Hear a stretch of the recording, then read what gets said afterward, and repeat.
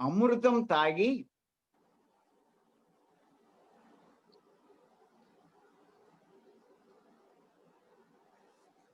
తృప్తి పొందిన వానికి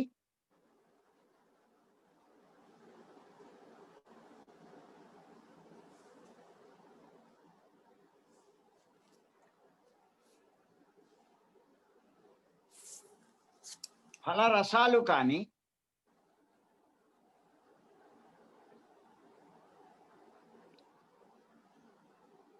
నీటితో కానీ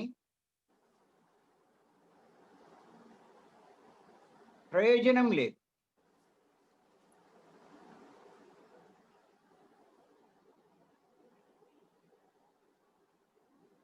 అలాగే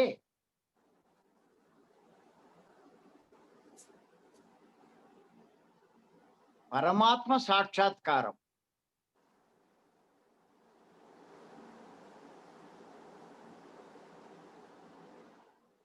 అంటే ఆత్మ సాక్షాత్కారం.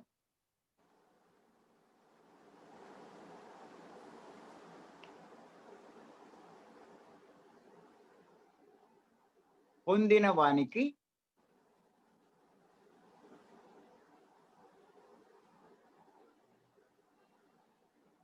శాస్త్రాలు కానీ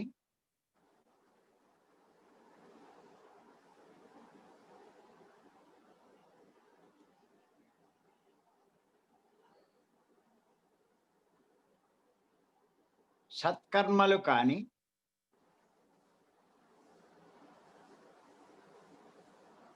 ధనంతో కానీ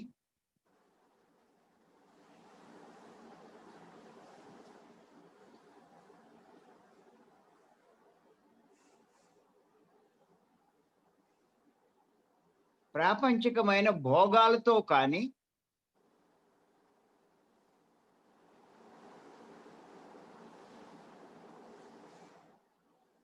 ప్రయోజనం లేదు.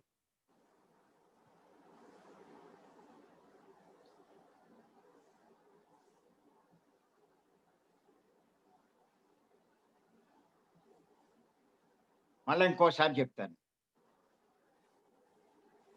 అమృతం త్రాగి తృప్తి పొందిన వారికి ఫలరసాలతో కానీ నీటితో కానీ ప్రయోజనం లేదు. అలాగే పరమాత్మ సాక్షాత్కారం అంటే ఆత్మ సాక్షాత్కారం పొందిన వానికి శాస్త్రాలతో కానీ సత్కర్మలతో కానీ ధనంతో కానీ భోగాలతో కానీ ప్రాపంచిక భోగాలతో కానీ ప్రయోజనం లేదు.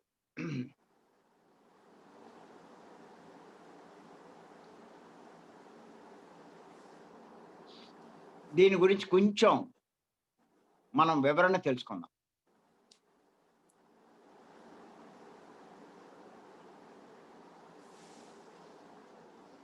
అమృతం త్రాగిన వారికి అంటే అమృతం ఎంత గొప్పదో మనకు తెలుసు. అమృతం తాగిన వాడు అమరుడవుతాడు. అంటే చావు పుట్టుకలు లేనివాడు అయిపోతాడు. అంత గొప్పది అమృతం. మనం కనుక గమనించినట్లయితే అటువంటి అమృతం పొందడానికి మనకి పురాణాల్లో కథ ఉంది. ఏమిటి అంటే దేవతలు రాక్షసులు పాల సముద్రాన్ని మదించారు. మదిస్తే మొట్టమొదట హాలాహలము, తర్వాత అయ్యో చాలా వచ్చినాయి. కామధేనువు, కల్పవృక్షం, అలా లక్ష్మీదేవి ఇలాగ ఎన్నో వస్తే చివరికి అమృతం వచ్చింది. అంటే అటువంటి అమృతం కోసం దేవతలు రాక్షసులు ఎంత కష్టపడ్డారో మనకు అర్థమవుతుంది. ఎందుకు అంత కష్టపడ్డారు? అది అంత గొప్పది కాబట్టి. అంచేత అటువంటి అమృతాన్ని తాగిన వాడికి ఫలరసాలతో కానీ, సాధారణంగా మనం లోకంలో ఫలరసాలు తాగుతూ ఉంటాం. అలాగే నీరు తాగుతూ ఉంటాం. ఏమీ ఈ ప్రయోజనం లేదు. అంత గొప్పది అమృతం. కానీ వీటితో తృప్తి పొందుతున్నాం మనం. వీటితో కాదు. అసలైనది తాగవలసింది ఏది అంటే అమృతం. అంత గొప్పది. దాని ముందు దేన్ని కంపేర్ చేయలేం. పోల్చలేం. అలాగే పరమాత్మ సాక్షాత్కారం పొందిన వారికి, పరమాత్మ అంటే ఆత్మే. ఆత్మే పరమాత్మ అంటారు. ఆత్మ సాక్షాత్కారం పొందిన వారికి ఎవరైతే మరి ఇటువంటి ఈ ధ్యానం చేస్తారో, అంటే ఈ తపస్సు చేస్తారో, అంటే శ్వాస మీద ధ్యాస ఉంచుతారో, మెల్లి మెల్లిగా మనం అది సాధిస్తాం. ఆ భగవత్ సాక్షాత్కారం పొందగలుగుతాం. ఆ భగవత్ సాక్షాత్కారం పొందిన వారి యొక్క అనుభూతి ఎలా ఉంటుందంటే, సాక్షాత్కారం అంటే చూడడం కాదండి. అనుభూతి పొందడం.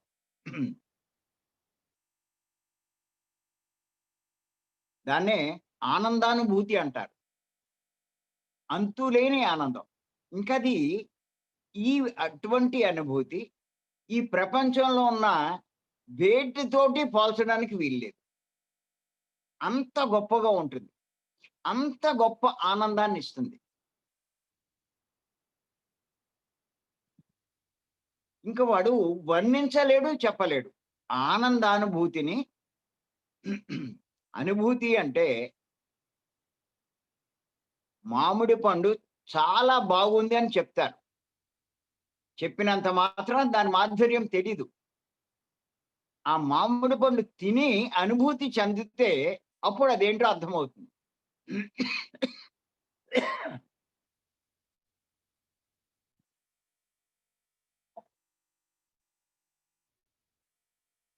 అలాగే ఆ అనుభూతి, ఆ పరమాత్మ సాక్షాత్కారం, ఆత్మ సాక్షాత్కారం, ఆ ఆత్మ అనుభూతి పొందిన వారికి పొందే ఆనందం, ఆ బ్రహ్మానందం వర్ణించలేనిది. వివరించలేరు. మానవునికి ఉన్న ఇంద్రియాలు సరిపోవు దాన్ని. అది అనుభవించవలసిందే తప్ప.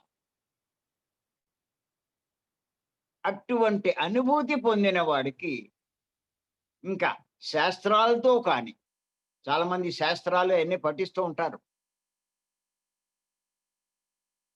ఎన్నో నేర్చుకుంటూ ఉంటారు. ఎన్నో తెలుసుకుంటూ ఉంటారు. ఎన్నో చదువుతూ ఉంటారు. అయ్యే గొప్పవనుకుంటూ ఉంటారు. చదువుతూ గొప్పవాడిని అయిపోయామనుకుంటారు. అలాంటి శాస్త్రాలు చదివినా కానీ, లేకపోతే మరి సత్కర్మలు కానీ, చాలామంది పెద్దలు చెప్తూ ఉంటారు. సత్కర్మలు చెయ్యి, పుణ్యకర్మలు చెయ్యి అని.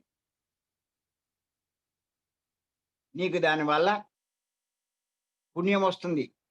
భోగమొస్తుంది. నువ్వు పుణ్యలోకాలకెళ్తావు. ఊర్ధ్వలోకాలకెళ్తావు. ఇలా చెప్తూ ఉంటారు. అటువంటి సత్కర్మలు అవి కూడా పనిచేయవు.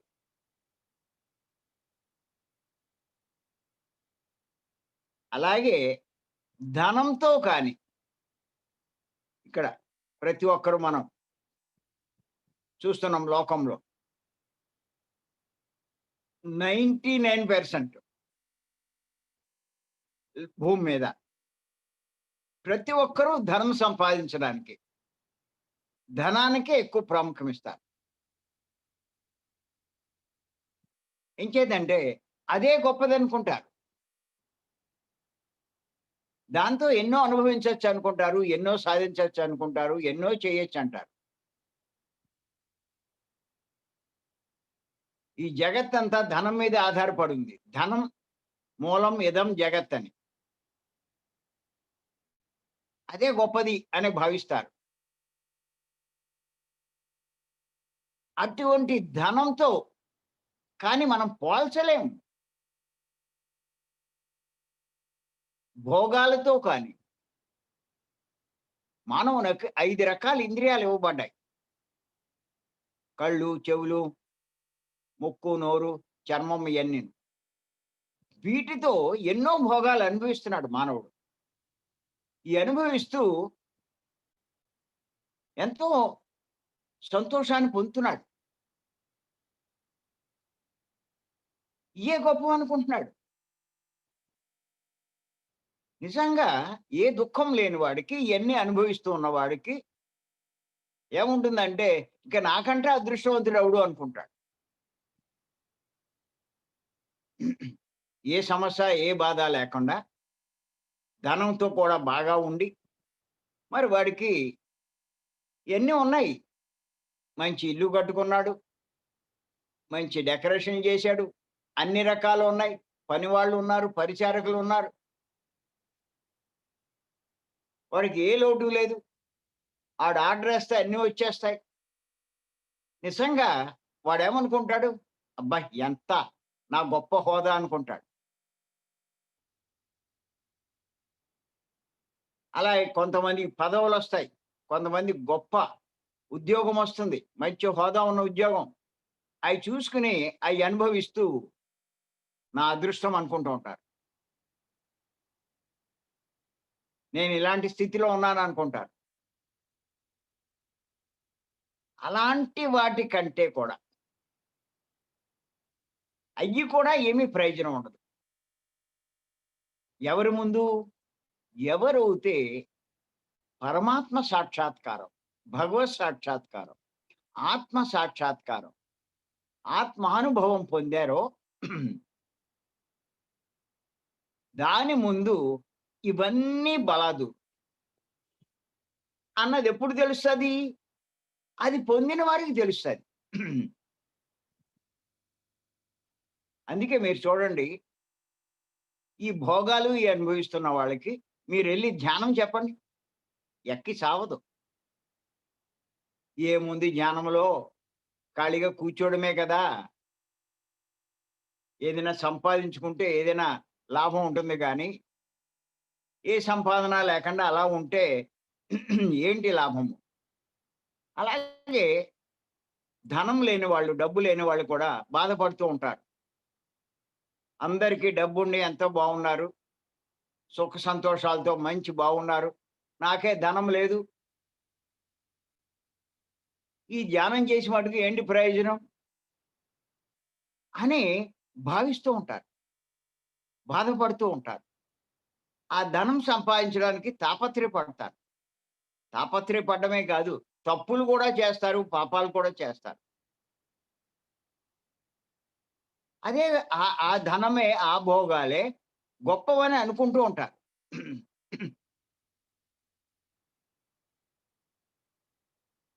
అటువంటి ఉన్న వాళ్ళంతా గొప్పవాళ్ళని భావిస్తూ ఉంటారు. కానీ ఇలాంటివి ఎన్ని ఉన్నా, ఎన్ని భోగాలున్నా, కొంతమంది పుణ్యకర్మలు చేస్తూ అదే గొప్ప అనుకుంటారు. కొంతమంది ఆ శాస్త్రాలు ఇయన్నీ పాండిత్యం ఇయన్నీ చదువుతూ, నేను చాలా గొప్ప పని చేశాను అని చెప్పి అనుకుంటారు. ఇటువంటివన్నీ ఏమీ ప్రయోజనం లేవని ఎప్పుడు తెలుస్తుంది అంటే, ఆత్మ సాక్షాత్కారం పొందినప్పుడు.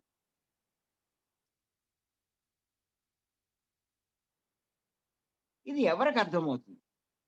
ఎవరికి అర్థమవుతుంది అంటే, ఎవరైతే ఈ ధ్యానంలో పరాకాష్ఠకి చేరుకుంటారో, మనం చెప్పుకున్నాం గదా! 3 స్థితులు అని. ప్రారంభంలో కొంచెం కష్టంగానే ఉంటుంది. మెల్లి మెల్లిగా మీకేమవుతుందంటే, ఆలోచనలన్నీ శ్వాస మీద ధ్యాస పెట్టినప్పుడు ఆలోచనలన్నీ తగ్గిపోతూ ఉంటాయి. తగ్గి తగ్గి మనసు ఖాళీ అయిపోతుంది. ఎప్పుడైతే ఖాళీ అవుతుందో, మీరు గంట గాదు, 2 గంటలు గాదు, 3 గంటలు సునాయాసంగా కూర్చుంటారు. ఆ నిశ్చల స్థితి. ఆ నిశ్చల స్థితి కలిగినప్పుడు సునాయాసంగా గంటలు గడిచిపోతాయి. అలాగే ఇంకా మీరు ధ్యానం చేస్తూ ఉంటే, మీ మలినంగా ఉన్న మీ మనసు నిర్మలం అవుతుంది. ఇంకా మీరు కొనసాగిస్తూ ఉంటే, ఆ నిర్మలమైన మనసు చివరికి శూన్యమవుతుంది. ఆ శూన్యమైనప్పుడు, ఆ శూన్యంలోంచి ఇంకా పరిశూన్యము, మహాపరిశూన్యం ఇవి కూడా మనం ఇంతకుముందు చెప్పుకున్నాం ఇయన్నీ. ఆ స్థితికి మనం చేరుకున్నప్పుడు, అప్పుడు మీరు ఆ ఆత్మ అంతరంలో ఉన్నటువంటి ఆత్మను అనుభూతి చెందుతారు. దాన్నే ఆత్మ సాక్షాత్కారం అంటారు. పరమాత్మ సాక్షాత్కారం అంటారు. అంటే చూడడం అన్నది ఎవరికీ సాధ్యం కాదు. చాలామంది పరమాత్మను దర్శించగలము, చూడడం ఎలాగా, ఇలాగ అంటారు. సూక్ష్మాతి సూక్ష్మమైన వాడిని అనుభూతి చెందగలరు గానీ, చూడడం అన్నది ఉండదు. ఆ అనుభూతి పొందినప్పుడు, ఆ ఆనందాన్ని వాళ్ళు ఇంక వర్ణించలేరనమాట. ఆనందంలో అలాగా ఓలలాడిపోతూ ఉంటారు. అలా ఉండిపోతారు. అప్పటిదాకా వాళ్ళు పొందినవన్నీ బలాదూరన్నది అర్థమవుతుంది ఆళ్ళకి. అరె! ఎంత ఇదిగా ఉంది ఇది అని చెప్పి. అంచేత వాళ్ళింకా ఏది అవసరం లేనట్టుగా అలాగే ఉండిపోతారు. అలా ఆనందంలో అలా ఓలలాడుతూ అలా ఉండిపోతారు.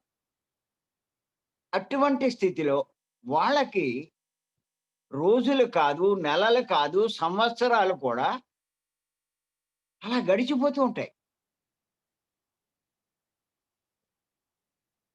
మామూలు ప్రపంచంలో ఉన్నవాడికి ఓ రోజు గడవాలి అంటే, అందులో దుఃఖంలో ఉన్నవాడు గంట గడవాలంటే చాలా కష్టంగా ఉంటది. కానీ ఆనందానుభూతిని పొందుతున్న వాడికి సంవత్సరాలు కూడా ఇట్టే గడిచిపోతాయి. ఆ స్థితినే సమాధి స్థితి అంటారు. సమాధి స్థితి అంటారు. ఆలోచన లేని స్థితి సమాధి స్థితి కాదు. ఆ పరమాత్మను అనుభూతి చెందిన స్థితే సమాధి స్థితి. అది మనసు శూన్యమైనప్పుడు పొందేటువంటి స్థితి. ఇంకా వాళ్ళకి ఇంకేది అవసరం లేదు. వాళ్ళని తట్టి లేపినా వాళ్ళేమి లెగరు. అదే మీరు గమనించండి. రమణ మహర్షి జీవితం మనం చూస్తే, ఇలాగే ఆయన ఆ ఆలయంలో కింద ఆ గర్భంలో కూర్చొని ఇలా ధ్యానం చేస్తూ ఉంటే, ఆ స్థితికెళ్ళిపోయాడాయన. అలా ఉండిపోయి ఎన్నాళ్ళున్నాడో ఆయనకే తెలీదు. చీమలు పట్టినాయంట ఇంకా అయ్యయ్యో పట్టి ఒళ్ళంతా కూడా కొరికేస్తున్నాయంట. ఆ చేద పురుగులు అయన్నీను. అయినా ఆయనకేం తెలీదు. ఆ ఆనందం ముందు అసలిది ఈ బాధ కూడా ఏమీ అర్థం కావట్ల. ఆయన ఎవరో చూసాడు. తర్వాత ఈయన కింద ఉండడం. చూస్తే ఒళ్ళంతా అలా ఉంది. అయన్నీ దులిపేసి ఆయన్ని బయటికి తీసుకురావడం చాలా కష్టమైందండి. అది. అటువంటి స్థితి పొందాడాయన. ఇప్పుడు మనం చేసే ఈ ధ్యానం యొక్క పరాకాష్ట ఇదే. ఆ లక్ష్యం ఇదే గుర్తెట్టుకోండి.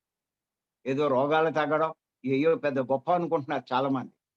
ఏయో అనుభవాలు పొందడం, ఏదో సమస్యలు పోవడం, కోరికలు తీర్చుకోవడం ఇవి కాదు. ఈ స్థితి సాధించడానికి ప్రయత్నం చేయండి. అదే నేను చెప్పేది.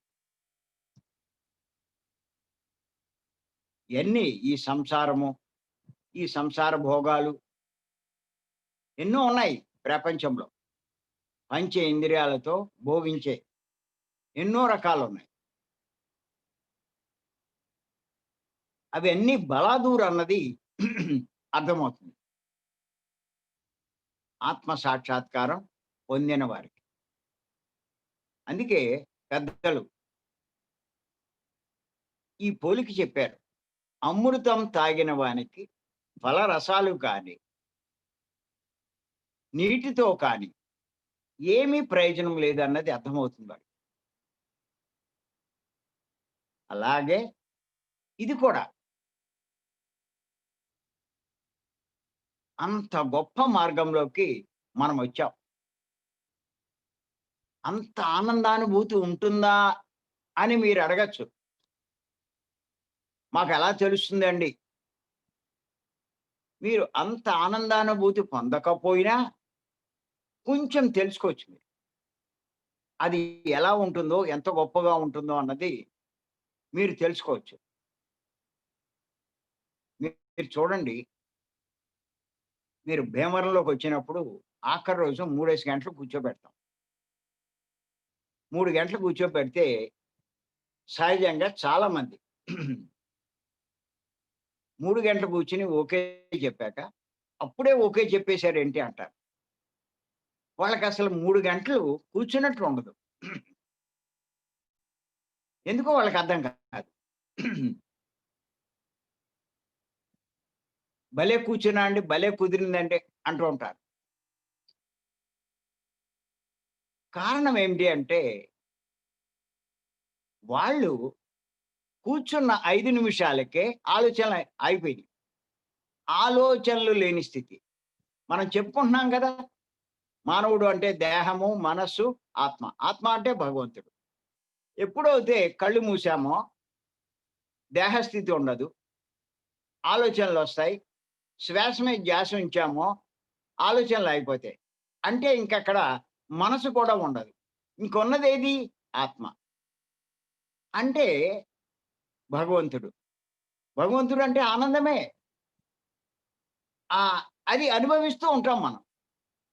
ఈ ఆనందాన్ని అనుభవిస్తూ ఉండడం వల్ల మనకి 3 గంటలు 3 నిమిషాలే గడిచిపోతాయి. ఎప్పుడైతే 3 గంటలు 3 నిమిషాలే గడిచిపోతాయి. ఓకే జెప్తే అప్పుడే అయిపోయిందేంటి అనుకుంటారు.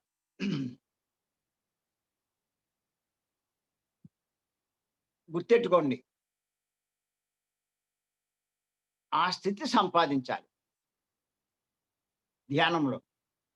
ఊరికే ఏదో ధ్యానం చేయడం కాదు. కష్టపడి కూర్చోవడం కాదు. మొక్కుబడి కూర్చోవడం కాదు.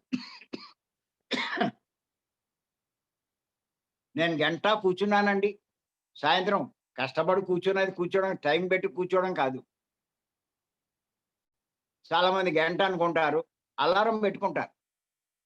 కళ్ళు మూసుకొని అలారం ఎప్పుడు మోగుతుందా, మోగుతుందా అని చూస్తూ ఉంటారు. ఇంకాళ్ళు ధ్యానం చేస్తున్నట్టేటి?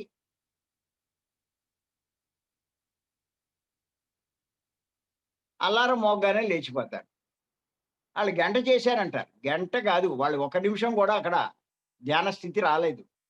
ధ్యానంలో వచ్చే ఫలితం రాలేదు. గంటలు, గంటలు కూర్చున్నా కూర్చున్నట్టు ఉండకూడదు. అది. అది మీకు కావాలి అంటే మనకి ఇంకొక ఎగ్జాంపుల్ కూడా మీరు తీసుకోవచ్చు. ఏమిటంటే మనమంతా మానవులం. మానవులమైన మనకి 3 స్థితులున్నాయి. 3 అవస్థలున్నాయి. జాగ్రత్త అవస్థ, స్వప్నావస్థ, సుషుప్తి అవస్థ. జాగ్రత్త అవస్థ అంటే ఇప్పుడు మనం ఉన్నది జాగ్రత్త అవస్థలో. శరీరము, ఇంద్రియాలు పనిచేస్తూ ఉంటాయి. దీన్ని జాగ్రత్త అవస్థ అంటాం. అలాగే రాత్రి అయిన తర్వాత మనం నిద్రలోకి వెళ్ళిపోతాం. నిద్రలో ఈ శరీరము, ఇంద్రియాలు పనిచేయవు. కానీ మనసు పనిచేస్తూ ఉంటుంది. ఈ మనసు ఏం చేస్తూ ఉంటుందంటే, ఈ జాగ్రత్త అవస్థలో జరిగినటువంటి సంఘటనలు, విషయాలు ఇవన్నిటిని కల్పనలు చేస్తూ ఉంటుంది.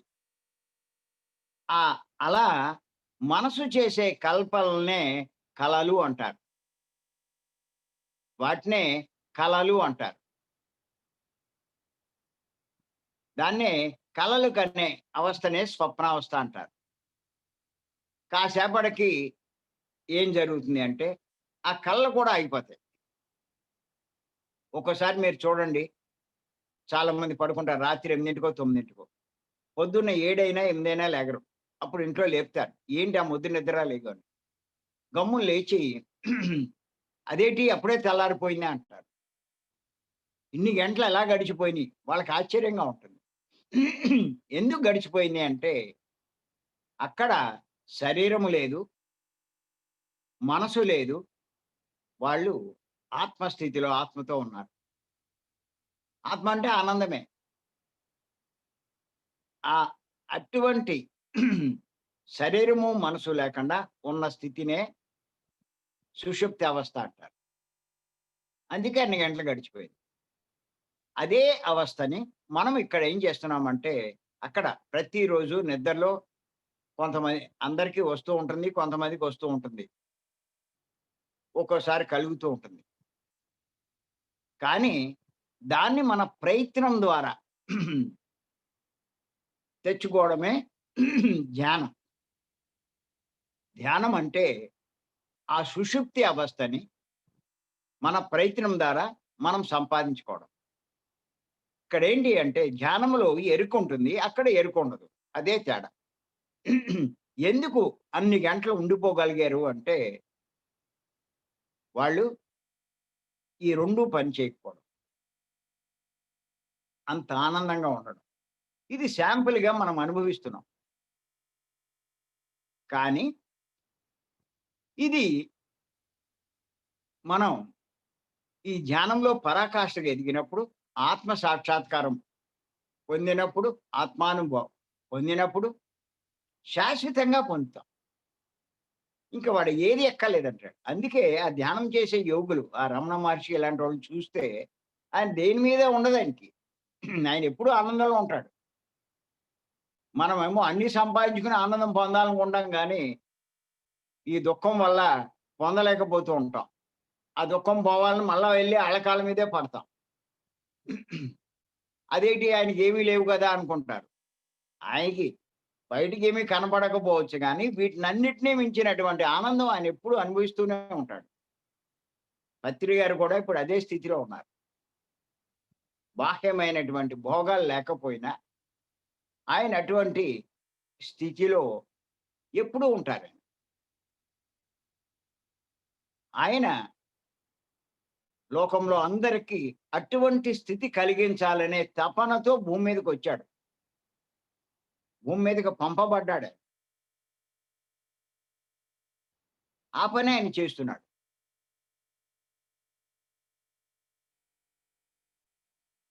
అంచేత ఈ ఆత్మానుభూతి, ఆత్మ సాక్షాత్కారం ఎంత గొప్పది అంటే, ఇంకో ఎగ్జాంపుల్ చెప్తాను. ఓషో మహాశయుడు చెప్తారు. ఆయన ఏమంటారంటే 2 చెప్పాడాయన. సంభోగ ఆనందం, సమాధి ఆనందం అని. సంభోగ ఆనందం, సమాధి ఆనందం. సంభోగ ఆనందం అంటే స్త్రీ, పురుషులు ప్రతిరోజు వాళ్ళు సంభోగించడం వల్ల ఏమవుతుందంటే, ఆ ఆనందాన్ని పొందుతారు. ఆ సంభోగ సమయంలో. కానీ అది ఒక నిమిషమే ఉంటుంది. ఆ ఆనందాన్ని ఒక్క నిమిషం. అలా ఒక్క నిమిషం పొందే ఆ ఆనందం కోసం మరి వాళ్ళిద్దరూ రోజు ఎంత కష్టపడతారో చూడండి. మానవులు ఎంత కష్టపడతారో. ఎన్ని సంపాదిస్తారో. ఆ భార్యను పోషించడానికి భర్త, భర్తని ఇచ్చేయడానికి భార్య, ఇలా రోజు ఎన్నో కష్టపడుతూ ఉంటారు. సంసారం పోషించి చివరికి ఎన్ని దేనికి అంటే ఎన్ని సమకూర్చుకోవడం ఎన్ని అంటే ఆ రోజులో వాళ్ళు పొందే ఒక్క నిమిష సంభోగ ఆనందం కోసం. దానికోసమే ఒకటయ్యారు. దానికోసమే ఇయన్నీ సమకూర్చుకుంటున్నారు. దానికోసమే ఈ తిప్పలన్నీ ఇన్ని తిప్పలు దేనికి అంటే, ఆ సంభోగ ఆనందం కోసం. కానీ అది ఒక నిమిషమే. ఇలాంటి సంభోగ ఆనందం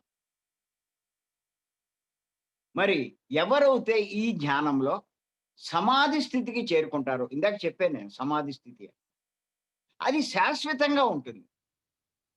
ఒక్క నిమిషం కోసమే ఇన్ని కష్టాలు పడుతున్నారే, ఇన్ని తప్పులు, పాపాలు చేస్తున్నారే, ఇన్ని పాట్లు పడుతున్నారే. అది మీరు కొంచెం ధ్యానం బాగా చేస్తే, ఆ స్థితికి చేరుకుంటే శాశ్వతంగా పొందుతారు. ఇంకా దాని ముందు ఇది కూడా బలాదూరే అనిపిస్తది మీకు. ఇప్పుడు మానవుడు పొందే అన్ని రకాల ఆనందం కంటే సంభోగ ఆనందం చాలా గొప్పది అని చెప్తారు. ఇంకా ఏది ఎక్కల. అందుకే మీరు చూడండి, స్త్రీ పొందు కోరేటువంటి, స్త్రీకి దూరమైన, భార్యకు దూరమైన వాళ్ళు. వాళ్ళకి కొన్నాళ్ళకి ఏమనిపిస్తుందంటే, వాడికి ఇంకేమీ నచ్చవు, ఏది ఎక్కదు. ఎన్నున్నా ఆడికి అన్నీ దండిగే. అన్నీ ఉంటాయి.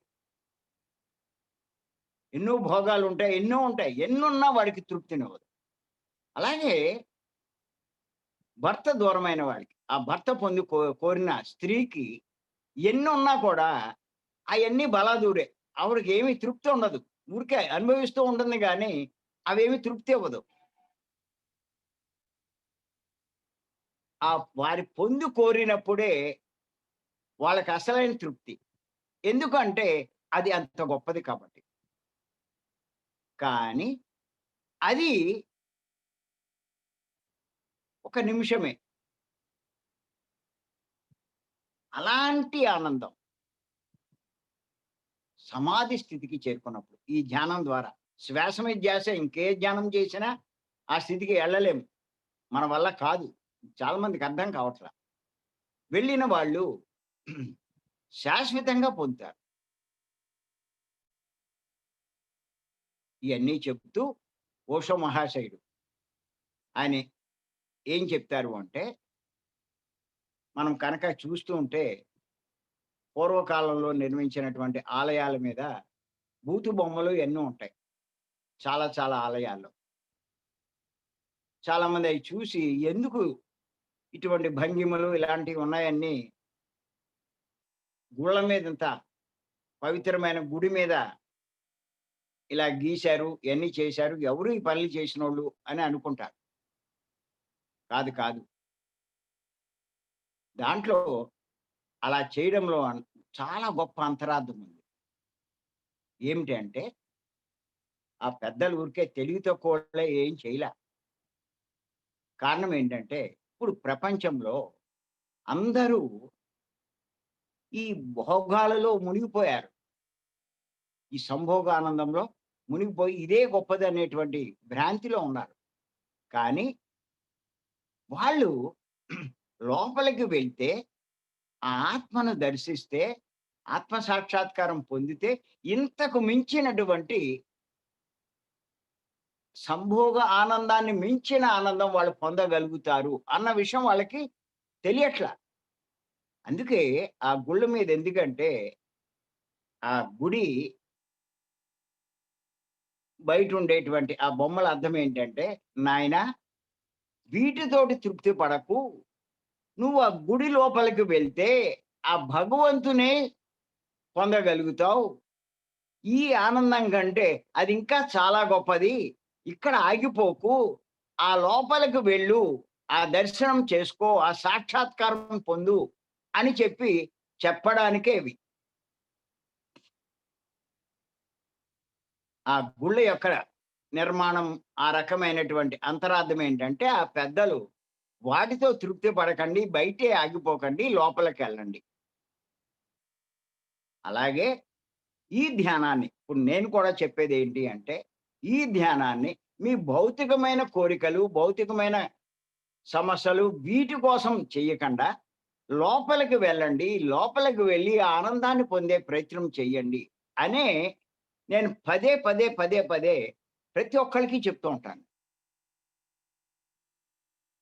అంచేత అంత గొప్ప మార్గం మనకి పత్రి గారిచ్చారు. తప్పనిసరిగా మనం పత్రి గారికి ధన్యవాదాలు చెప్పుకోవాల్సిందే. ఈ మార్గమే లేకపోతే, ఈ శ్వాస మీద ధ్యాస తెలియకపోతే ఆ అవకాశమే లేదు. ఎంత కృతజ్ఞతలు చెప్పుకున్నా తక్కువే. అంత గొప్ప మార్గాన్ని పత్రి గారు మనకందించారు. అంచేత అర్థం చేసుకోండి. ఉన్నంతలో మీ అన్ని సంసారం వదిలేయమని, సంపాదన వదిలేయమని, ఆ సుఖాలు వదిలేయమని నేనేమనను. ఉన్నంతలో ఈ ధ్యానం మీద దృష్టి పెట్టండి. జ్ఞానం మీద ఆసక్తి కలగడానికే ఈ పుస్తకాలు చదవాలి. పుస్తకాలు చదివితే విషయాలు తెలుస్తాయి. అలాగే ఈ సాంగత్యం ఇప్పుడు పొద్దున్న ఎందుకు చేస్తున్నాం ఇది? ఈ విషయాలు తెలుసుకోవడానికే. ఈ సాంగత్యమే లేకపోతే ఈ విషయం మీకు ఎలా తెలుస్తది? మీరు ఎన్ని పుస్తకాలు చదివినా ఈ కాస్ట్ ఎసెన్స్ మీరు పట్టుకోలేరు.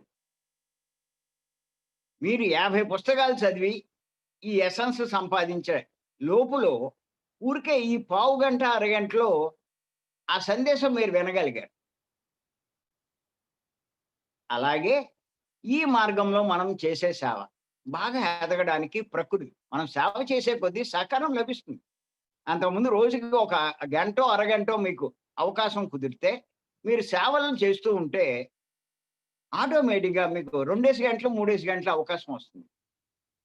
అలాగే మీ కుటుంబంలో మీకు సహకారం లభించకపోతే ఆ సహకారం దానంతట అదే వస్తది. అలాగా వాతావరణం ఆటోమేటిక్‌గా ఏర్పడతది. ఆ ఆర్థిక ఇబ్బందులుంటే ఏ ఇబ్బందులు లేకుండా మెల్లిమెల్లిగా పరిష్కారం అవుతాయి. మీరు చెయ్యాలి కదా! ఈ ప్రయత్నం. అంచేత మరి ప్రతి ఒక్కరికి నేను చెప్పేదేంటి అంటే, ఈ ప్రాతకాల సైలెన్స్ మెడిటేషన్ శ్వాస మీద ధ్యాస రోజు పాల్గొనండి. ఎన్నెన్నో విషయాలు మీకు తెలుస్తాయి. భీమవరం క్లాస్‌కి ఇంత ఎగబడ్డానికి కారణం ఏమిటి అంటే, అక్కడ మనకు తెలియని, తెలుసుకోవాల్సిన, కావాల్సిన విషయాలెన్నో తెలుసుకుంటాం. ఈ ధ్యానంలో పరాకాష్ఠకు చేరుకుంటాం. ఎన్ని సంవత్సరాలు చేసినా, గంట కూడా కూర్చోవడం కష్టంగా ఉండేటువంటి ఈ ధ్యానంలో 3 గంటలు, 4 గంటలు అవలీలగా కూర్చుంటాం. అందుకే ఇందులోకొస్తున్నారు. అలా కూర్చోబెట్టడం చేతగాని వాళ్ళు వాళ్ళని కళ్ళు కూర్చోబెట్టి ఏయేయో మాటలు చెప్తుంటే అవి వింటూ కూర్చుంటున్నారు అంతే కానీ, ఆలోచన లేని స్థితిలో కూర్చోలేకపోతున్నారు. మనసు పనిచేస్తూ ఉంటుందక్కడ. ఇక్కడ మనసు పని చేయని స్థితికి చేరుకొని కూర్చోగలుగుతున్నాం.